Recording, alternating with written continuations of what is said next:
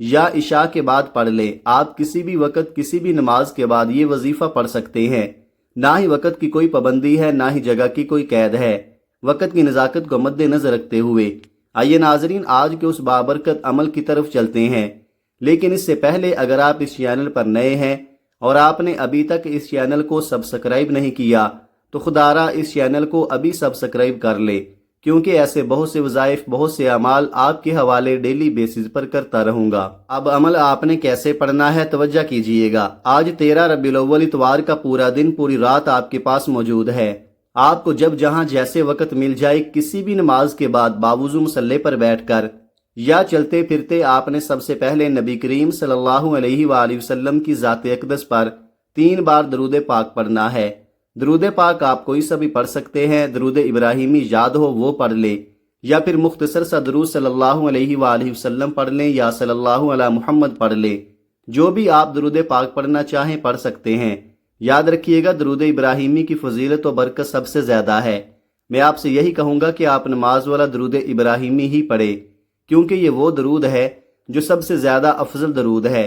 اس درود کا رتبہ بہت زیادہ ہے، اور روایات میں ہے کہ حضور علیہ الصلوۃ والسلام بھی تمام درودوں میں درود ابراہیمی کو ہی سب سے زیادہ پسند کرتے تھے، سب سے زیادہ محبوب رکھتے تھے۔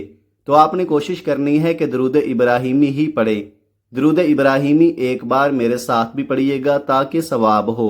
اللہم صلی علی محمد وعلی آل محمد کما صلیت علی ابراہیم وعلی آل ابراہیم انک حمید مجید۔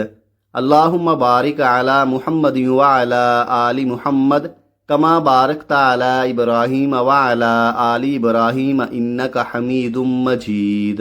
3 بار درود پاک پڑھنے کے بعد آپ نے اپنے خاص مقصد کی نیت کرنی ہے۔ آپ کرائے کے مکان میں رہتے ہیں، آپ اپنا ذاتی گھر چاہتے ہیں، گھر مانگ لیں۔ اولاد کے لیے پریشان ہیں، مقروض ہیں، قرض سے نجات کے لیے پڑھ لیں۔ آج اللہ کریم سے مانگتے وقت تھوڑا نہ مانگیے گا، آج اللہ سے وہ مانگیے گا جو آپ کو لگتا ہے کہ کبھی بھی مل نہیں سکتا۔ آپ کی ہر ناممکن حاجت ممکن ہو جائے گی۔ اپنے مقصد کی نیت کرتے ساتھ ہی فوری طور پر آپ نے ایک بار اعوذ باللہ من الشیطان الرجیم بسم اللہ الرحمن الرحیم پڑھ کر وظیفے کا آغاز کرنا ہے۔ یاد رکھیے گا جس کام کے شروع میں تعوذ اور تسمیہ پڑھ لیا جاتا ہے اس کام میں برکت ہوتی ہے، اس میں خیر ہوتی ہے، اس میں سلامتی ہوتی ہے۔ جب آپ نے اپنے خاص مقصد کی نیت کر لی، تعوذ اور تسمیہ پڑھ لیا، تو اب آپ نے یوں محسوس کرنا ہے کہ دنیا جہاں سے آپ کا تعلق ختم، آپ روضہ رسول کی جالیوں کے قریب بیٹھ کر یہ خاص وظیفہ پڑھ رہے ہیں۔ اور سب سے پہلے نمبر پر جو وظیفہ آپ نے پڑھنا ہے وہ وظیفہ سبحان اللہ کا وظیفہ ہے۔ یہ اللہ پاک کا ایک ایسا اسم مبارک ہے جس کا مطلب ہے کہ تمام تعریفیں اللہ ہی کے لیے ہیں اور وہی ساری مخلوقات کا پالنے والا ہے۔ جب آپ سبحان اللہ کا ورد کرتے ہیں، اللہ کی تعریف بیان کرتے ہیں، اس بات کا اقرار کرتے ہیں کہ بے شک تمام تعریفیں اللہ ہی کے لیے ہیں، تو اللہ فرماتا ہے یہ کون میری تعریف بیان کر رہا ہے، یہ کون میرا ذکر کر رہا ہے؟ فرشتے آپ کا نام پیش کرتے ہیں۔ اللہ فرماتا ہے میں اس بندے سے راضی ہوں، جاؤ یہ بندہ جو مانگتا ہے، جتنا مانگتا ہے عطا کر دو۔ آپ نے سبحان اللہ کو کیسے پڑھنا ہے اور کتنی بار پڑھنا ہے ملاحظہ فرمائیں۔ سبحان اللہ 1 بار ہو گیا، سبحان اللہ 2 بار ہو گیا، سبحان اللہ 3 بار ہو گیا۔ اس طرح سے آپ ہاتھوں کی انگلیوں پر پڑھ لیں، آپ تسبیح کے دانوں پر پڑھ لیں۔ آپ نے صرف 11 بار پڑھنا ہے۔ اللہ والے فرماتے ہیں کہ 1 بار سبحان اللہ پڑھنے سے جنت میں ایک درخت لگ جاتا ہے جو روز محشر آپ پر سایہ کرے گا، آپ کو ٹھنڈک پہنچائے گا۔ صرف 11 بار سبحان اللہ پڑھنے میں کتنا وقت لگے گا؟ میرا نہیں خیال کہ 20 سے 30 سیکنڈ لگیں گے، لیکن 11 بار سبحان اللہ پڑھنے سے اگر آپ کے گھر کے حالات بہتر ہو جائیں، گھر سے تنگ دستیاں ختم ہو جائیں، آخرت میں آپ کے لیے ٹھنڈک کا انتظام ہو جائے، اللہ کی تعریف بیان کرنے سے آپ کی دلی نیک جائز مرادیں پوری ہو جائیں، آپ کی حاجات پوری ہو جائیں، تو اس سے بڑھ کر اور کیا چاہتے ہو؟ آج صرف 11 بار سبحان اللہ پڑھ کر اللہ کی تعریف بیان کر کے آپ نے اللہ کو راضی کر لیا، اللہ کو منا لیا۔ تو اب دوسرے نمبر پر آپ نے کون سا وظیفہ پڑھنا ہے؟ دوسرے نمبر پر آپ نے ایک قرآنی سورت پڑھنی ہے جسے سورہ کوثر کہا جاتا ہے۔ دوسرے نمبر پر سورہ کوثر پڑھتے ہی رزق اور دولت کے خزانے آپ کے مقدر میں لکھ دیے جائیں گے۔ سورہ کوثر کو رزق اور دولت کا طاقتور وظیفہ کہا جاتا ہے۔ جس گھر میں سورہ کوثر پڑھی جاتی ہے اس گھر سے غربت کا، تنگدستی کا خاتمہ ہو جاتا ہے۔ سورہ کوثر پڑھنے والے پر رحمتوں برکتوں کی برسات شروع ہو جاتی ہے۔ سورہ کوثر پڑھنے والا اللہ کے قریب ہو جاتا ہے۔ پھر جو مانگتا ہے، جتنا مانگتا ہے، اللہ پاک جھولیاں بھر بھر کر نوازتا ہے۔ سورہ کوثر کی تلاوت سماعت فرمائے۔ بسم اللہ الرحمن الرحیم، انا اعطیناک الکوثر فصل لربک وانحر انا شانئک هو الابتر۔ دوسرے نمبر پر آپ سورہ کوثر کو ہاتھوں کی انگلیوں پر پڑھ لیں یا آپ تسبیح کے دانوں پر پڑھ لیں۔ آپ نے 33 بار پڑھنی ہے۔ صرف 33 بار سورہ کوثر پڑھنے سے 7 آسمانوں اور 7 زمینوں کے خزانے آپ کے مقدر میں لکھ دیے جائیں گے۔ 7 آسمانوں اور 7 زمینوں کا رزق آپ کے مقدر میں لکھ دیا جائے گا۔ تقدیر بدل جائے گی، نصیب پر لگا بند تالا کھل جائے گا۔ جس چیز میں ہاتھ ڈالو گے وہ سونا ہو جائے گی۔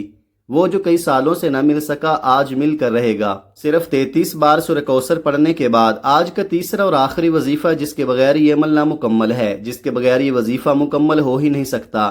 آپ نے آخر میں قرآنی آیت کو پڑھنا ہے۔ وہ قرآنی آیت الحمدللہ رب العالمین ہے۔ اس قرآنی آیت کو ہر کوئی جانتا ہے۔ اس قرآنی آیت کا مطلب ہے اللہ تیرا شکر ہے جو تو نے ہمیں نعمتیں عطا فرمائی، خوشیاں خوشحالیاں عطا فرمائی۔ اور جب کوئی بندہ اللہ کا شکر ادا کرتا ہے تو وہ شکر کرنے والوں میں شامل ہو جاتا ہے۔ الحمدللہ رب العالمین، یہ کلمات اللہ کو اتنے پسند ہیں کہ اللہ نے جس کتاب قرآن مجید کی حفاظت کا ذمہ خود لیا ہے، اللہ نے اس کتاب کا آغاز الحمدللہ رب العالمین سے کیا ہے۔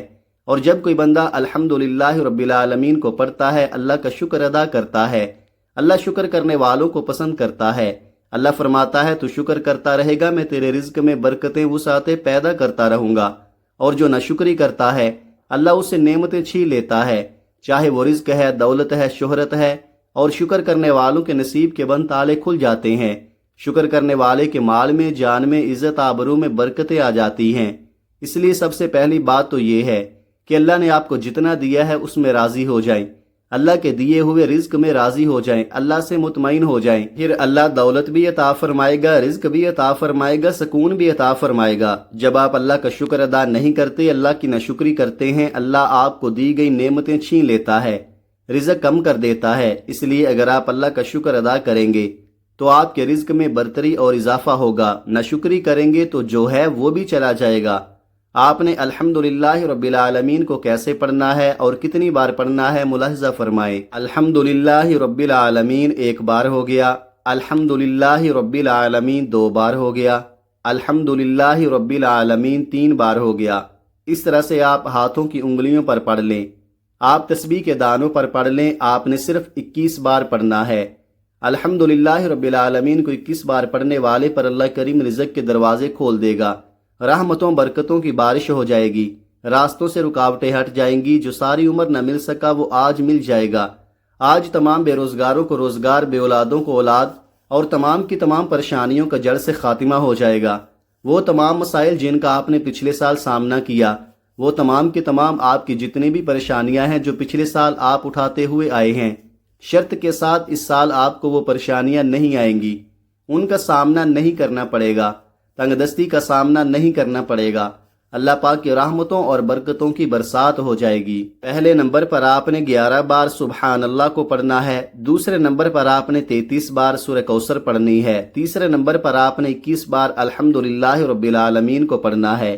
آپ نے یہ 3 اعمال بتائے گئے طریقے اور ترتیب سے پڑھ لیے تو آخر میں پھر 3 بار درود پاک پڑھیے گا جو آپ نے عمل کے شروع میں پڑھا تھا۔ اب آپ کا آج کا عمل مکمل ہو گیا۔ یہ وظیفہ پڑھنے کے بعد آپ نے اپنے گناہوں کی سچی توبہ کرنی ہے۔ جب تک دل کو سکون نہ ملے بار بار اپنے گناہوں کی سچی توبہ کرتے رہیں۔ جیسے ہی دل کو سکون مل جائے کہ اللہ نے توبہ قبول فرما لی ہے، اللہ راضی ہو گیا ہے، اب اللہ سے ضد کر کے مانگے، پھر آنکھوں میں آنسو لیے مانگے، ہو سکے تو سجدے کی حالت میں مانگے۔ اللہ بہتر نہیں بہترین سے نوازے گا۔ وہ اللہ جو ہر شے پر قادر ہے، جو خالق بھی ہے، جو مالک بھی ہے، رازق بھی ہے۔ میرا یقین ہے کہ انسان سجدے کی حالت میں اللہ کے قریب ہوتا ہے اور اللہ سے جو بھی مانگتا ہے اللہ پاک ہر حاجت کو پورا فرماتا ہے، ہر مشکل کو ختم فرماتا ہے، ہر تنگ دستی کو دور فرماتا ہے۔